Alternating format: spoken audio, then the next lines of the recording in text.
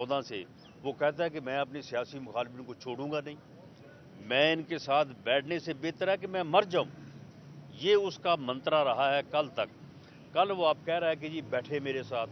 تو اب یہ بات انہوں نے کل پہلی دفعہ کی ہے، تو ہم نے تو اس سے پہلے اس بات پہ غور نہیں کیا، کیونکہ ہم تو سمجھتے تھے کہ وہ تو مرنے مارنے پہ تیار ہے، تو وہ گفتگو تو کرنے پہ تیار ہی نہیں ہے۔ اب میرا خیال ہے کہ وزیر اعظم انشاءاللہ تعالی آج یا 1-2 روز میں ہمارے جو الائیز ہیں ان کے ساتھ بیٹھیں گے، اور پھر جو بھی مشترکہ طور پہ اس کا فیصلہ ہوگا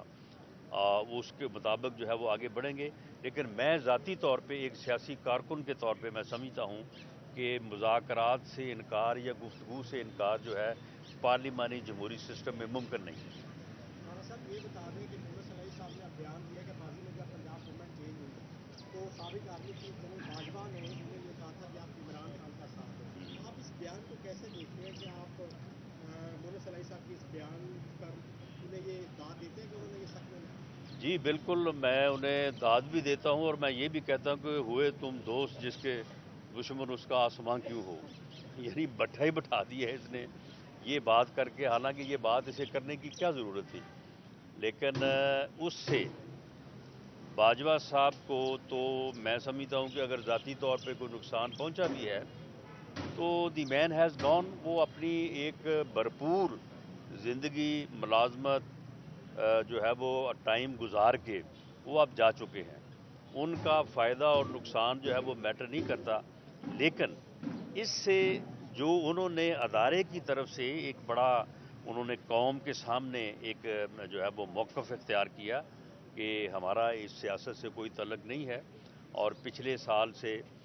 فلاں مہینے سے ہم نے یہ فیصلہ کیا، اور اس کے بعد ہم نے بالکل سیاست میں دخل نہیں دیا۔ میں سمجھتا ہوں کہ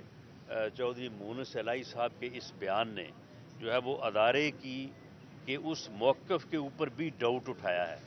یہ میں سمجھتا ہوں کہ اس کی کلیئرٹی جو ہے وہ ہونی چاہیے، اور ہمیں پورا یقین ہے اور قوم کو بھی پورا یقین ہے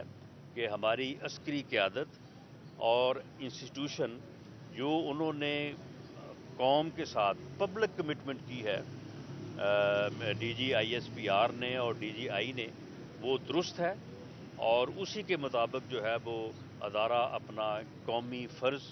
اور اس ملک کی خدمت جو ہے وہ اس کو انجام دے گا، تاکہ سیاست آگے بڑھے اور معاملات جو ہیں وہ پاکستان کی بہتری میں جو ہے وہ آگے بڑھیں۔ اچھا سر، یہ پنجاب اسمبلی ڈیزالو ہو رہی ہے، کیا عدم اعتماد ہے، ووٹ آ رہا ہے، وہ اعتماد کا ووٹ کہیں گے، کس ڈائریکشن میں جانا دیکھتے دیکھیں ہیں؟ جی، عدم اعتماد کی موشن پیش کرنی ہے یا نہیں کرنی، گورنر نے ایڈوائز دینی ہے یا نہیں دینی، اس پر ابھی تک کوئی حتمی فیصلہ نہیں ہوا۔ کل بھی میٹنگ ہوئی ہے، آج بھی میٹنگ ہوگی، اس کے بعد ہم اپنے قائد محترم میاں نواز شریف صاحب سے بھی انسٹرکشن گائیڈنس ایڈوائز لیں گے۔ اس کے اوپر ابھی تک کوئی فیصلہ نہیں ہوا۔ میں ذاتی طور پہ میں سمجھتا ہوں کہ اگر پنجاب اسمبلی توڑی جائے یا 7 KPK کی اسمبلی توڑی جائے،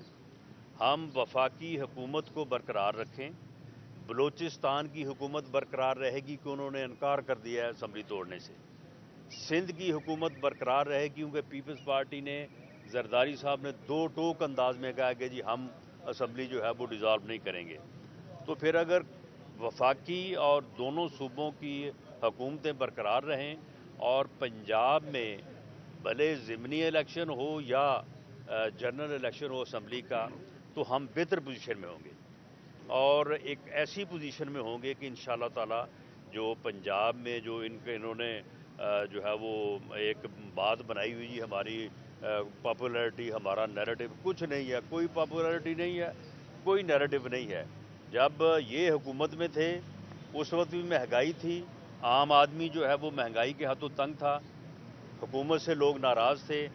اپوزیشن جو ہے وہ بینیفیشری تھی، ہمیں اس کا بینیفٹ تھا، ہمیں جو ہے وہ لوگ ووٹ دے رہے تھے، سارے الیکشن جو ہے وہ ہم جو ہے وہ جیت رہے تھے۔ جب ہم آئے ہیں حکومت میں تو اس میں کوئی شک نہیں ہے کہ ہم مہنگائی میں کمی نہیں لا سکے۔ ہم جو تباہی عمران خان صاحب کی حکومت نے 3.5 پونے 4 سال میں، ابھی تک ہم نے اس کو جو ہے وہ کنٹرول کیا ہے۔